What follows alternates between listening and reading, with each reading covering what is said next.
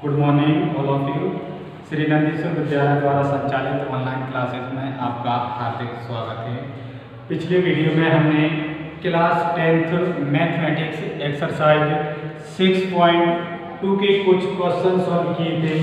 उससे नेक्स्ट वाले क्वेश्चन आज हम सॉल्व करेंगे।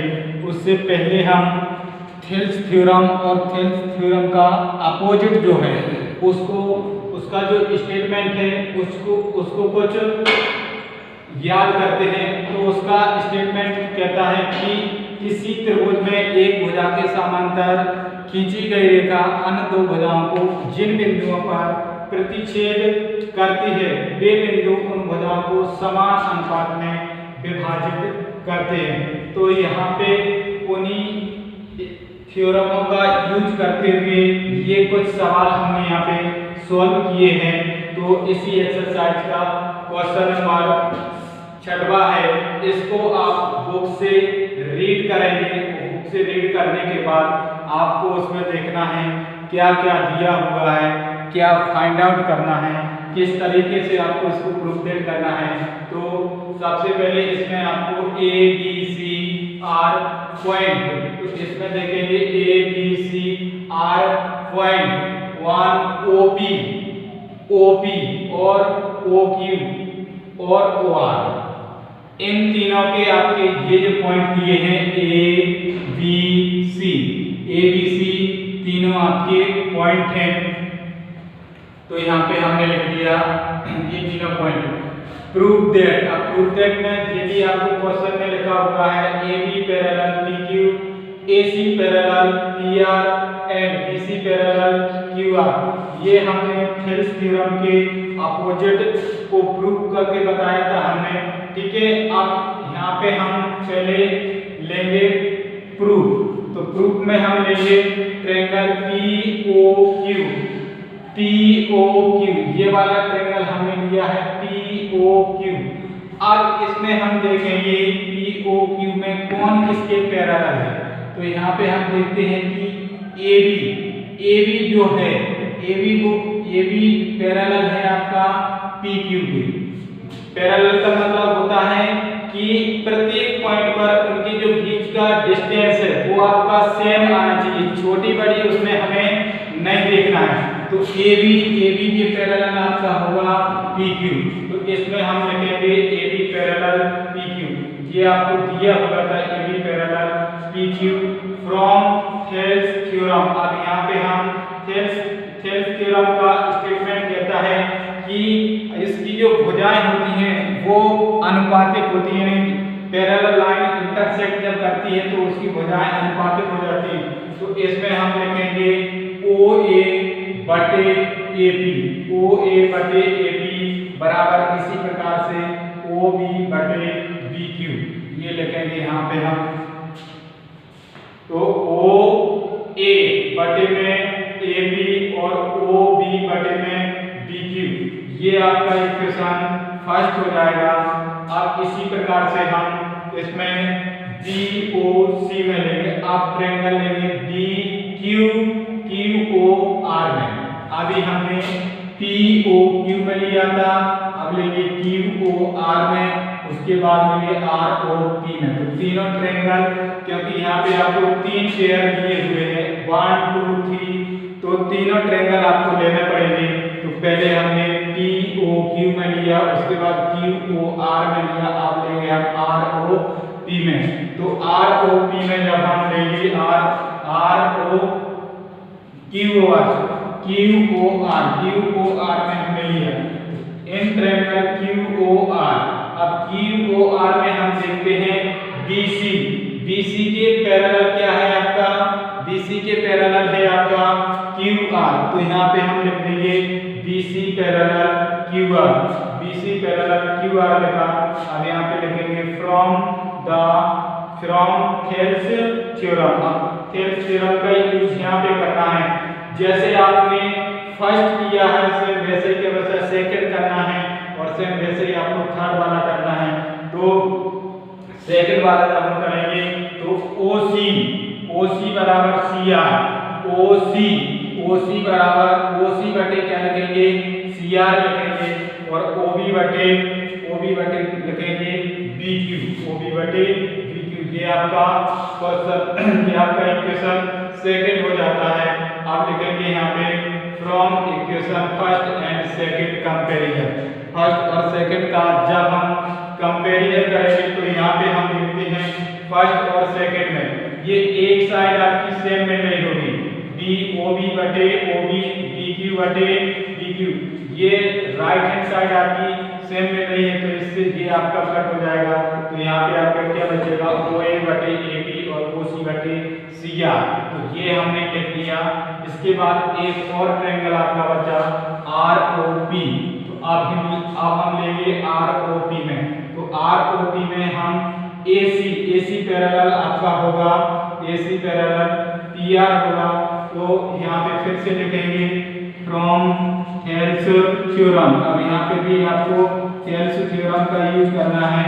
फ्रॉम थेल्स थ्योरम में अब OC यहाँ पे लिखेंगे OC बटे में CR, OC बटे में CR और OA बटे में आपका हो जाएगा AP। ये आपका इक्वेशन फोर्थ हो जाएगा। अब इसमें हम देखते हैं जब हम फर्स्ट सेकंड का कंपैरिजन करेंगे तो इसमें आपकी ये वाली सेम साइड में रहेगी, और जब हम इसका इससे कंपैरिजन करेंगे तो इसमें हम देखते हैं कि ये वाली साइड आपकी एक जैसी में रहेगी। फिर इसका जब हम इससे कंपैरिजन करेंगे तो इसमें देखते हैं कि ये वाली साइड आपकी एक जैसी मिल रही है। तो इससे मतलब इसमें हम equation first, second, third and fourth सभी का कंपैरिजन करेंगे। मतलब ये इसके बराबर है और ये इसके बराबर है और ये आपकी इसके बराबर है और ये इसके बराबर है। तो चारों के चारों पार्ट आपके बराबर हैं, चारों के चारों पार्ट आपके बराबर हैं, तो वो एक दूसरे के पैरेलल भी होगी। बराबर हैं और अनुपातिक हैं तो वो एक दूसरे के पैरेलल भी होंगे। इसलिए यहाँ पे हम लिख देंगे equation first, second, third and fourth से वो AB पैरेलल PQ और AC पैरेलल PR और BC पैरेलल QR। ये आपको प्रूफ डेट करना था, तो ये तीनों आपके प्रूफ डेट हो जाते हैं। आप लोगों से आशा करते हैं कि ये वाला क्वेश्चन आपको अच्छे से समझ में आ गया होगा। अब इसी सीरीज का एक और क्वेश्चन हम लेते हैं। क्वेश्चन नंबर 9 है। 9वें नंबर का क्वेश्चन आप बुक से रीड करेंगे। यहाँ पे हम डायरेक्टली इसको लेते हैं। तो ABCD आपको एक ट्रेपेजियम दिया हुआ था। ट्रेपेजियम का मतलब होता है जिसका एक युग्म आपका पैरेलल और पैरेलल हो। तो एक युग्म मतलब आपका पेयर होता है। तो इसमें आपका ये वाला जो पेयर है वो पैरेलल दिया हुआ है और ये आपका ये नॉट पैरेलल है, ये आपका पैरेलल नहीं होता है। तो ये आपका ट्रेपेजियम हो।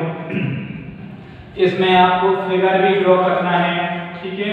तो ये आपका ट्रेपेजियम का हमने फिगर ड्रॉ कर लिया।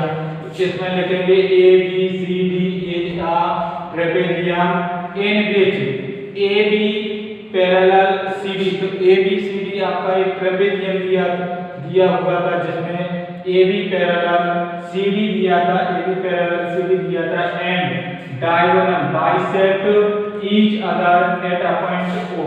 और ये AC और BD आपके टू डायगोनल हैं, दोनों डायगोनल एक दूसरे को O पॉइंट पर इंटरसेक्ट करते हैं। तो ये हमने गिवन डेट से लिख दिया। उसके बाद प्रूफ डेट भी आपको क्वेश्चन में लिखा हुआ है। AO बटे में BO बराबर CO बटे में DO, ठीक है। अब इसमें हम प्रूफ, यहाँ से आपका सवाल स्टार्ट होता है। सवाल इसमें हम लिखेंगे इन ट्रायंगल ABC। इसमें देखेंगे ADC का है AD और C। ये वाला ट्रायंगल हमने लिया ABC, ये वाला ट्रायंगल, इसको देखेंगे। अब इसमें हम देखेंगे EO या OE पैरेलल है CD के, OE पैरेलल है CD के। तो यहाँ पे EO पैरेलल CD और यहाँ पे लिख देंगे थेल्स थ्योरम। जब लाइनें पैरेलल होती हैं तो वो बिंदु उन भुजाओं को समान अनुपात में बाइसेक्ट करते हैं। तो जब ये लाइनें आपकी पैरेलल हुई तो इसमें आपका क्या होगा, ई ए बटे में आपका हो जाएगा ई डी, ई ए बटे में हो जाएगा ई डी, और इसी प्रकार से इसमें लिखेंगे ओ ए बटे में आपका हो जाएगा ओ सी। ये आपका यहाँ पे स्टेटमेंट ऑफ थेल्स थ्योरम से लिख देंगे तो ये आपका इक्वेशन फर्स्ट हो जाएगा।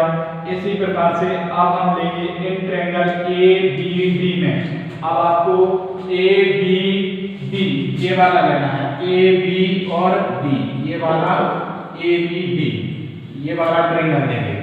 तो इसमें हम अब देखेंगे ए बी किसके पैरेलल है इसमें, या फिर आपका ए बी डी में लिया है आपने तो ई ओ पैरेलल सी डी या ई ओ पैरेलल ए बी भी यहाँ पे हम लिख सकते हैं ए बी पैरेलल, ठीक है। सी डी की जगह पे ए डी भी लिख सकते हैं या सी डी भी नीचे लिखेंगे तो ये आपका हो गया। अब इसमें हम लिखेंगे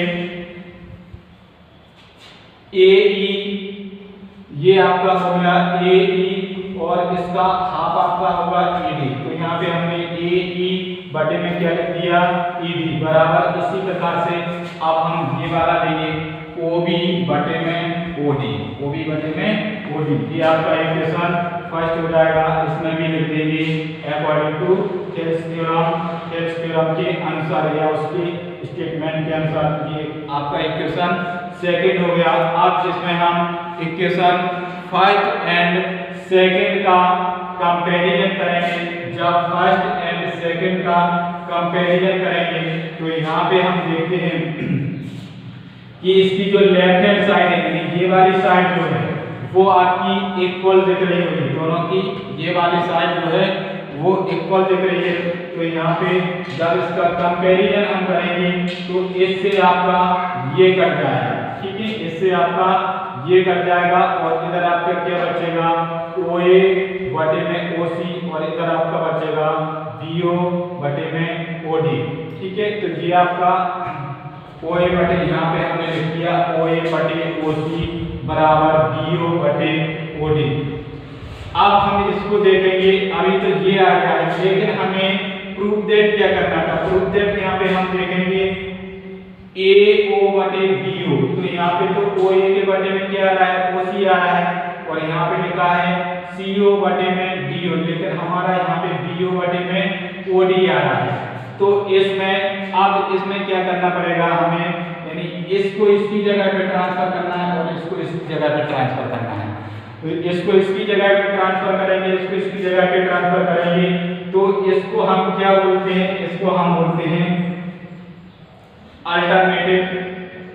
अल्टरनेटिव रूल्स, ठीक है, मतलब एकांतर नियम बोलते हैं, एकांतर नियम अल्टरनेटिव रूल्स, मतलब इसको इसकी जगह पे भेज देंगे और इसको इसकी जगह पे भेज देंगे। तो कुछ नहीं करना है, इसको इसकी जगह भेज दो और इसको इसकी जगह पे, ये आपका हो जाएगा ए ओ बटे में बी ओ बराबर सी ओ बटे में आपका हो जाएगा डी ओ।